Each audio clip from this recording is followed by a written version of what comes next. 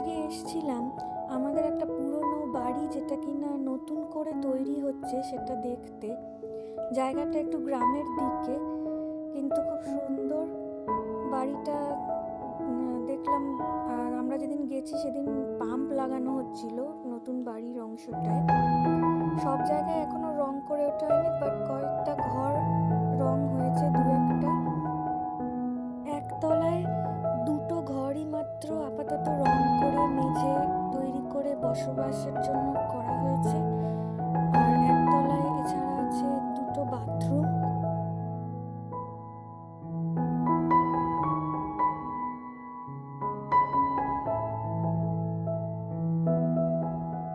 আমি উপরে দেখতে গেছিলাম যে উপরে কি কি হয়েছে বা কিরকম দেখতে হয়েছে।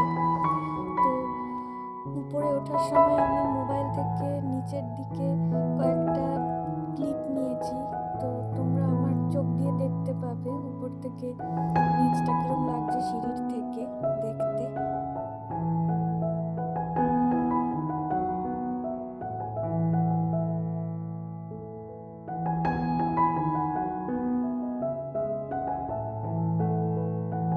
উপরতলায় উঠে প্রথমেই ডান দিকে একটা কিচেনের জায়গা তৈরি করা হয়েছে, আর বাঁদিকে একটা বাথরুমের জায়গা আছে, যেটা পরবর্তীকালে বাথরুম তৈরি করা হবে প্রপারলি। এই অংশটা দেখো ভাঙা রয়েছে এখন, এখানে এখনো মানে বাথরুম তৈরি হয়নি, জাস্ট একটা স্পেস রাখা হয়েছে।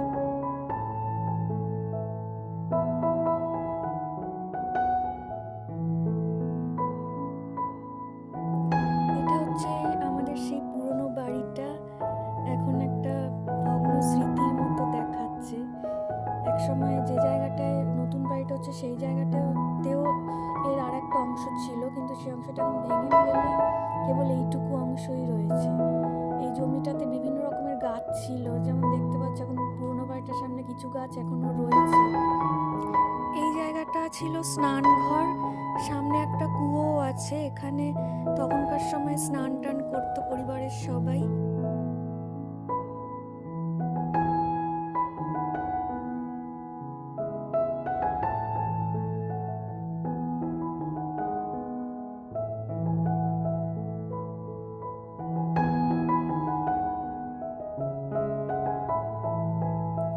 এইটা হচ্ছে পুরনো বাড়িটার সামনেই বারান্দা, আর এরপরে দেখছো বিভিন্ন থাকার ঘর ছিল এক সময়, এখন এগুলো সবই বন্ধ পড়ে আছে।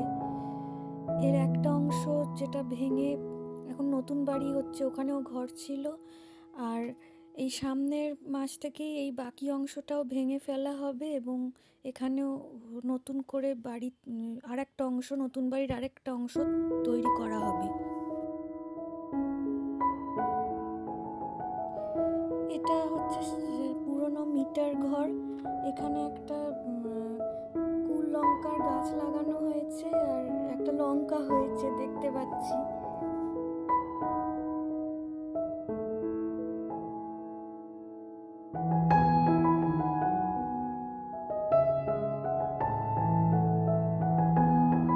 পুরনো বাড়িটার পিছনে বাথরুমের সাইডে একটা সেগুন গাছ লাগানো হয়েছিল, ওখানে কত ফুল হয়েছে দেখতেই পাচ্ছ।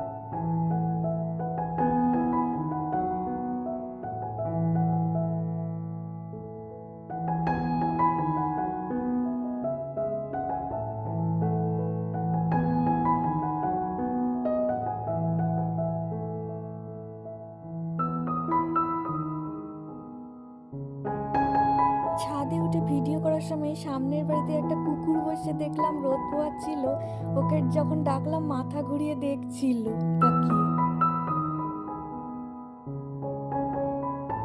এখানে আগে সবারই টালির বাড়ি ছিল, কিন্তু এখন সবার দোতলা বাড়ি, ইটের বাড়ি হয়ে গেছে।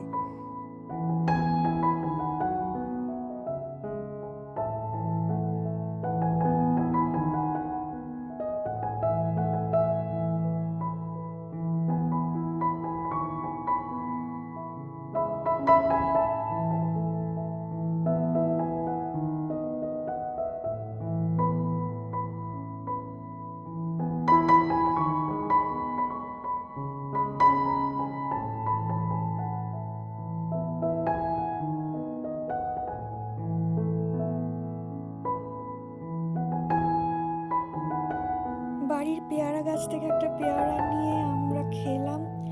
খেয়ে তারপরে কিছুক্ষণ ছাদে রোদ পুহিয়ে নিয়ে আস্তে আস্তে নিজের